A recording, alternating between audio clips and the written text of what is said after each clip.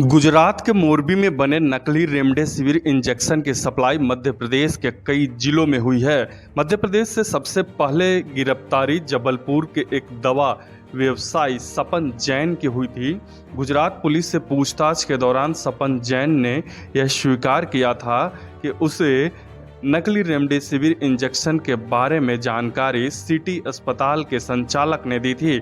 City अस्पताल के संचालक सरबजीत सिंह मोरबा ने अपने ऊपर लगे आरोपों पर पहले सोशल मीडिया पर एक पोस्ट लिखकर सफाई दी थी कि यह अस्पताल की छवि को खराब करने के लिए किया जा रहा है और उसका तबीयत भी खराब हो गया था।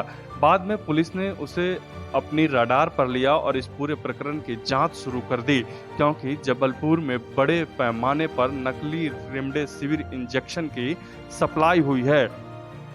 शुरुआती जांच में जो सबूत मिले हैं वो सिटी अस्पताल के संचालक के पक्ष में हैं, यानी कि उसके अस्पताल में नकली रेमडेसिविर इंजेक्शन की सप्लाई हुई है और कई कोरोना मरीजों को यह इंजेक्शन लगाए भी गए हैं। अब पुलिस इस बिंदु पर जांच कर रही है कि क्या इस इंजेक्शन के लगने के बाद किसी मरीज की मौत हुई है या नहीं।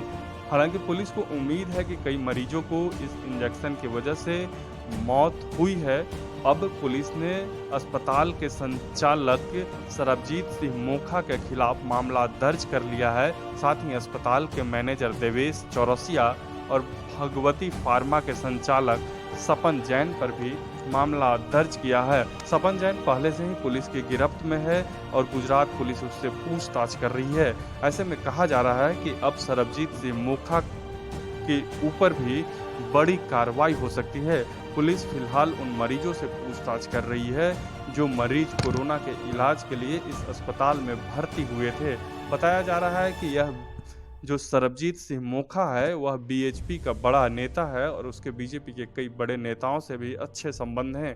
उसकी कई तस्वीरें भी वायरल हो रही है और बीते दिनों उसने रेड क्रॉस सोसाइटी को कोविड सेंटर संचालन के लिए 11 लाख रुपए का एक डोनेशन भी दिया था।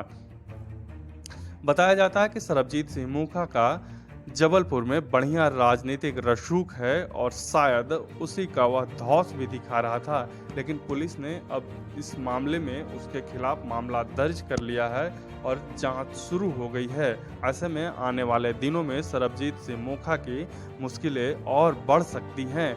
बताया जा रहा है कि कुछ आरोपियों ने जो नकली रेमडेसिविर इंजेक्शन को नर्मदा नदी में भी बहा दिया है। पुलिस इन तमाम बिंदुओं पर अभी जांच कर रही है कि आखिर इस रैकेट से किन किन लोगों के तार जुड़े हुए हैं। फिलहाल अस्पताल अपनी सफाई में लगातार पोस्ट कर रहा है।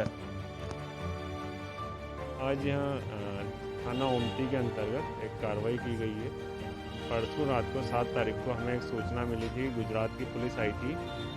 गुजरात में कुछ नकली रेमडेसिविर इंजेक्शन बरामद हुए थे, उसका संबंध यहाँ से भी देखा गया था, तो वो सपन जैन नामक व्यक्ति को लेकर गई थी। उस संबंध में जब हमारी पुलिस ने जांच शुरू की तो ये पाया गया कि सिटी हॉस्पिटल के संचालक श्री सरबजीत सिंह मोखा ने और अपने जो मैनेजर हैं देवेश चौरसिया और सपन जैन के द्वारा इंदौर से वही नकली रेमडेसिविर इंजेक्शन मंगवाए हैं।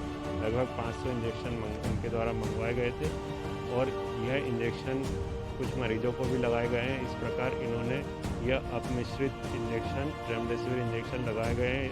मरीजों के साथ एक छल कपट किया है और इससे कुछ मरीजों की जान को संकट भी उत्पन्न हुआ।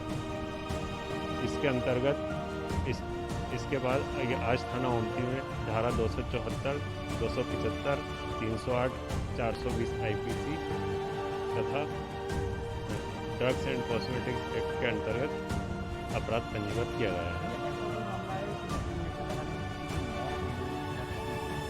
है। यह अभी जांच का विषय है।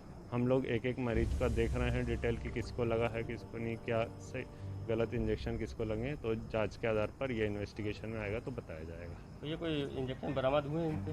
अभी यह इन्वेस्टिगेशन में पूरा सर्च किया जाएगा, तो उसके बाद आपको